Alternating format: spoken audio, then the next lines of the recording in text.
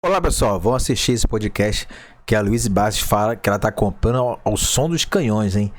Que ação é essa, pessoal? No final, dou minha análise e comente aqui embaixo, pessoal, se você concorda ou não com ela, tá ok? Se puder, pessoal, dá aquele like, inscrição para ajudar o canal, valeu? Vamos lá. Nem se a gente tivesse escolhido a dedo, a gente teria escolhido um momento tão oportuno para a gente fazer essa live aqui juntos, tá? Primeiro, porque ontem foi uma demonstração grátis, vocês tiveram uma demonstração aí do que é comprar ao som dos canhões, né? Então, se você passa aí ao longo da sua trajetória por uns 5, 6 pregões desse daí, você não vende, e vou além, se você tiver caixa e você compra, meu amigo, você muito provavelmente passou no teste, pá, carimbo investidor, né? Agora, é fácil falar isso, né? Vou falar fácil, claro, a pandemia foi um momento muito difícil, foi muito desafiador, mas é fácil você continuar na bolsa com uma taxa de juros a 2%. Agora, você tomar essa decisão, ver seu dinheiro derretendo, né?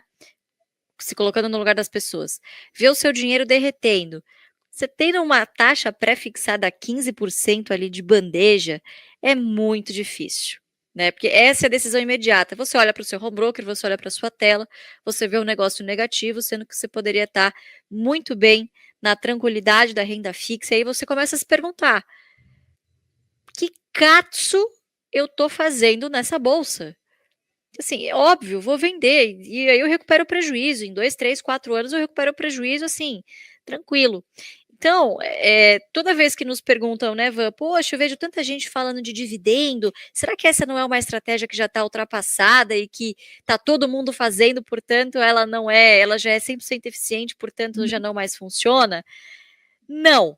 Ontem a gente teve a resposta, não. Muitos têm vontade, poucos, pouquíssimos, e vocês que estão aqui nessa live são grandes privilegiados, que eu tenho certeza que estão colocando o jeito Barsi de investir em prática, tá, pessoal? Então, primeira consideração que eu queria fazer, você que está aqui, parabéns, passou num dos testes aí. Segundo, se a gente voltar para as matérias lá do final de 2023, em que imperava, né, um otimismo, nossa, implacável, né, a gente tinha uma trajetória, uma expectativa de trajetória de taxa de juros para baixo, né, abaixo da casa dos 2 dígitos, a gente tinha dólar ali na casa dos R$ 5, a gente tinha uma taxa de juros convergindo aí para 2026 para casa dos 8, 7%. A gente está falando de 12 meses atrás. Vejam como a narrativa, como o sentimento, como a expectativa deu assim o cavalo de pau 360 e a gente já está falando de dominância fiscal.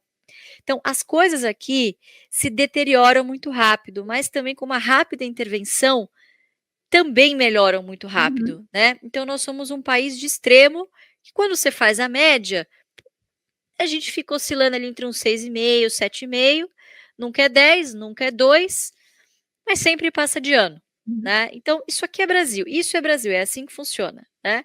Então, você tendo isso em mente, você tendo uma estratégia muito bem definida, sabendo que, vez ou outra, isso vai acontecer, esse tipo de lambança, né? A gente mesmo criar a nossa própria crise são coisas comuns na história da nossa macroeconomia, você começa a meio que entender onde é que você está navegando e, claro, começa a navegar com um pouquinho mais de tranquilidade. É normal sentir ansiedade? Com certeza é normal sentir ansiedade, né? Quando for assim, se já torrou o caixa, já acabou com o seu aporte do mês, fecha o home broker, sentiu ansiedade, abre um site de relações com o investidor, veja a história da empresa, o que ela faz, para quem ela vende. Se for uma fábrica, poxa, veja as fábricas lá estão de pé, né? Continuam em atividade, enfim. Então, esse é um método que é simples, mas em pregões como o de ontem a gente vê que não é tão fácil de se fazer consistentemente e é por isso que pouquíssimos de fato chegaram lá. É possível? É. É provável? Não. Né? Muito por esses cenários de muito sobe e desce que a gente vê por aí. Mas é possível e, obviamente, a gente sabe que é uma trajetória difícil, mas não precisa ser uma trajetória solitária, né, Van? Então, por isso que a gente tem os cursos, por isso que a Inclusive, gente tem o aplicativo, né? Então, é nesses momentos que a gente vê a importância de andar com outras pessoas, não só mais experientes, mas outras pessoas também que vivem de dividendos, já fazem isso há muito tempo, né? E você está num ambiente em que as pessoas querem a mesma coisa, os mesmos objetivos que você, né? Então, em momentos como esse, viu, pessoal, é que vale a pena e eu faço propaganda dos nossos produtos mesmo, porque tem qualidade, a gente que sabe o que faz, é gente que não só fala, mas vive disso. Então, isso faz toda a diferença para você ter uma estratégia bem consolidada e para você ter resultados aí a longo prazo, né?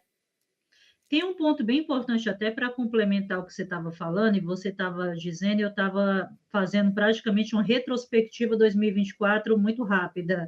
Em setembro, outubro, mais ou menos, começou a se falar muito do rally de alta do índice Bovespa. Você dá um Google aí, você vai ver que vários portais grandes na área de investimento estavam falando do índice Bovespa encerrar o ano de 2024 com 140 mil pontos, até 160 mil, será? O rally de alta. Aí veja, né? A gente não pode nem se apegar a uma narrativa, talvez extremamente, que a gente não fica olhando o índice Bovespa, mas nem uma narrativa extremamente positiva, olhando para projeções, isso, aquilo, outro, se apegar muito a isso, e também a gente não pode se apegar, como a gente viu nas últimas semanas, a um cenário extremamente pessimista. Porque dentro, claro, a preocupação com a questão fiscal que a gente está vendo, a preocupação com a questão cambial, com a responsabilidade, inclusive, do governo com relação à questão das contas públicas, a crise que a gente viu ultimamente foi muito mais de confiança, né? Então, o mercado meio que perdeu aquela confiança. Mas o que eu estou querendo dizer é que, olhando para o tema, inclusive, do pregão, que é o que esperar de 2025, e eu estava olhando justamente aqui o monitor do pagamento parcelado da Vibra Energia, Petrobras, por exemplo, e de tantas outras empresas que vão executar pagamento, olhando pela plataforma, inclusive, do AGF, né, de janeiro de 2025. Então, veja, essa crise de confiança que a gente está vendo mais agora, e toda a temporada de balanço, que inclusive o Rafael Rato, que é o analista aqui do AGF, acompanhou toda essa terceira temporada de divulgação de balanço, que encerrou agora praticamente de outubro para novembro já. A gente viu grandes empresas apresentando excelentes resultados, e quando eu olho para a tela, Luiz, eu vejo lá a Aurea Energia abaixo de R$ 10, eu vejo um Bradescão, né, com um preço extremamente descontado, como a gente está vendo ultimamente, o próprio Santander, um banco que eu concordo com a palavra do executivo, não está hoje refletindo o real valor do banco, por exemplo. Então, se você olhar todo o cenário, é uma janela muito forte de oportunidade. E digo mais, de recebimento de proventos. A própria Caixa de Seguridade pagará ali até data com agora janeiro de 2025. Então, até vou perguntar o que é que o João espera de 2025, a Loísa, o que é que ela está entusiasmada com o ano de 2025, mas eu, pelo menos, eu sei que vai ter todo esse ruído, toda essa questão que a gente está vendo no ano de 2024, é aquela história, os velhos problemas, eles não vão sumir em 2025, eles vão estar lá, mas eu acho que vai ter uma janela muito forte de oportunidade e de dividendo e dinheiro também caindo na conta. João, o que é que você espera do ano de 2025, olhando para o cenário Brasil, para as empresas com relação à Bolsa de Valores, e como um contexto de modo geral, o que é que você faz um balanço? O contexto que eu vejo é o seguinte: existem muitas empresas hoje, e as pessoas se pegam muito pelo índice, né? Que é uma ponderação ali de várias empresas, enfim, vários segmentos. E o que eu enxergo são os projetos aos quais eu estou inserido. E tanto é que o fato de eu estar inserido em projetos aos quais muitas vezes um movimento de queda me abre uma janela de oportunidade, não me preocupa no sentido de que realmente eu vou ter, além das oportunidades, eu vou estar comprando bons projetos a preços mais acessíveis, porque realmente esses ralis de alta, eles acabam também, as pessoas esquecem que o extremo com os dois lados, ele estica muito para cima e estica muito para baixo.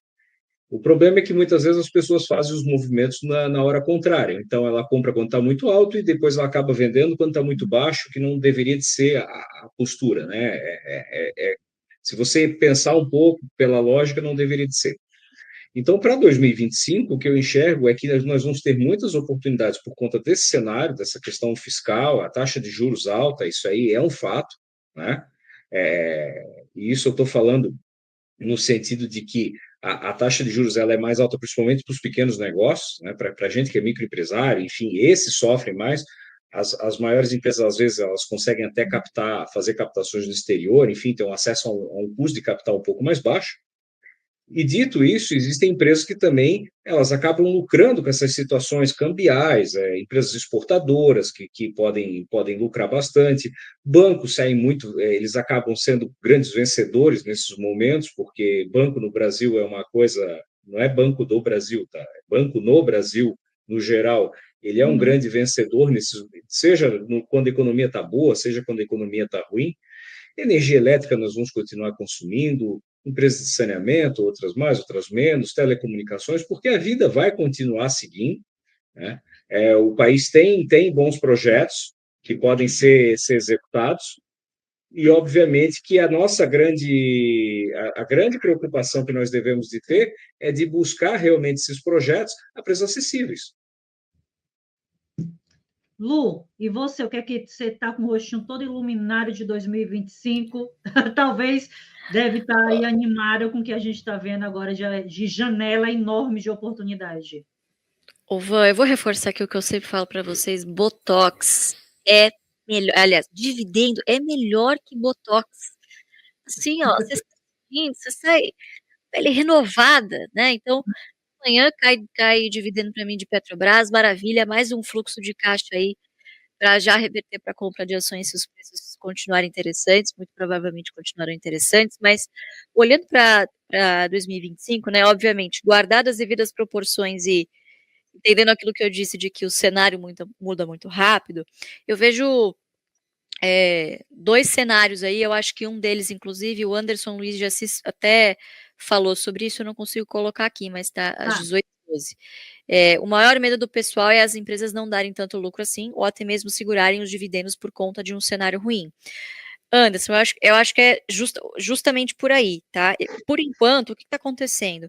A gente está antecipando um cenário que ainda não aconteceu.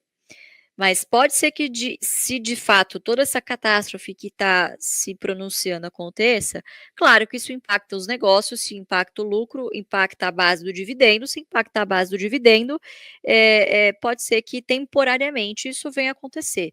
Outra hipótese que também pode acontecer é as empresas ficarem um pouquinho mais na retranca, optarem por pagar um pouquinho mais de dívida, fazer esse esforço, e segurar para ver como é que vai vir o ano de 2026, segurar tanto investimentos, prioridade por pagar dívidas, né, para diminuir o serviço da dívida. Então, são todos movimentos bastante prováveis, tá, para 2025, mas lembrando, são movimentos temporários, né? A gente sempre gosta de olhar a média dos últimos 6 anos, né, em comparação ao projetivo, porque são dois indicadores que juntos conseguem te dar essa visibilidade do que está caro, do que está barato, qual é a sua margem de segurança, né? Mas, de novo, as coisas aqui mudam muito rápido, né? Então, você se certificando de que os bons negócios que você tem na carteira de fato são bons negócios, de que você entende o que você está comprando, por que você está comprando, te dá muito mais segurança de você apertar o botão caso os preços, né, continuem se deteriorando, tá? Por enquanto, obviamente não tem como a gente prever o futuro, mesmo que seja para os próximos 12 meses. Por enquanto, o que a gente tem é uma expectativa muito ruim e um micro, né, um bottom-up ainda muito positivo, quer dizer, a assimetria entre o que realmente os ativos valem, né, para o que eles estão custando a preço de tela, ela está muito grande, né? Então, portanto, está cheio de coisa aí abaixo do preço teto médio, abaixo do preço teto projetivo. Então, eu concordo aí com o JP, eu acho que 2025 vai ser um ano de muitas oportunidades, se Deus quiser, né? É um ano da gente colocar tudo que a gente aprendeu em prática, né? Se você ainda está enrolando, pensando se vai tomar essa decisão ou não, este é o momento de você fazer um curso, se especializar, começar a acompanhar aqui com mais afinco, nem que seja as lives gratuitas aqui do AGF, para você ter uma estratégia, para você não se desesperar no momento do aperto, que é justamente quando você tem que ter coragem de apertar o botão e fazer o seu aporte, tá, pessoal? Então, acho que 2025 vai ser um ano um pouquinho mais de retranca, em que as empresas não vão estar fazendo grandes planos mirabolantes, aguardando um pouquinho do que a conversa para 2026 deve ser bastante antecipada no ano que vem, né? Então, acho que essas especulações de quem se candidata, né, quem vai ser quem vai ser o potência, será que é Lula ou não? Será que é Tarcísio ou não, né? Então eu acho que todas essas discussões vão ser antecipadas, mas sempre muito importante a gente tentar desvencilhar o que é boataria, o que realmente importa, que é a qualidade das empresas e o preço que a gente paga, tá bom? Vamos pegar Deixa, umas perguntinhas aqui? vamos pegar. Vou Vamos, pegar uma, pelo escolhe uma, menos uma Lu. aqui, cada um. Escolhe uma. Agora você me pegou. Escolhe uma você aí, Ivan, que eu acabei de falar, tô Pronto. falando demais aqui. Deixa eu pegar uma aqui que o pessoal estava perguntando, e eu vi muita pergunta repetida no sentido, poxa, eu comprei muito, o deles ficou duro de tanto comprar, eu já não tenho mais dinheiro de caixa, e etc. Olhando para o cenário de 2025, não vou pegar uma pergunta específica, né? Ó, com promoções, enchi o carrinho ontem, né? E cadê o Bassi? A Luísa está aqui representando o Bassi, então, o que que eu vejo, tá? Inclusive, pessoal, a Van, a boca do jacaré vai abrir mais, beijo e tal. O que que eu olharia para 2025? Eu gosto de fazer aporte em doses homeopáticas, como eu falo, sem pressa. Eu não tenho como bola de cristal adivinhar se Banco do Brasil, eu vi vocês colocando aqui, se ia cair mais, se vai subir. Até exemplo, ó, Banco do Brasil vai cair mais amanhã, vai subir, isso, aquilo, outro. Não dá para saber, pessoal. O mais importante que eu acho que a plataforma do AGF ajuda para você, e é um grande divisor de águas, é você não ficar se apegando a preço médio e prestar atenção se está descontada aquela ação, se está abaixo do preço teto projetivo, no caso de Banco do Brasil, por exemplo. Está abaixo do preço teto, não fica tentando adivinhar ou pegar assim a faca caindo. Eu vou pegar 23,92 centavos, a 94. Poxa, eu comprei a última vez a 23,99, um exemplo. Então, eu acho que é pegar as ações que estão dentro da tua estratégia, que estão um pouco mais baratas. A Loíse aí tem mais propriedade para falar da Taurus, da Auren, de outras empresas que ela está olhando, que ela pode comentar um pouco mais.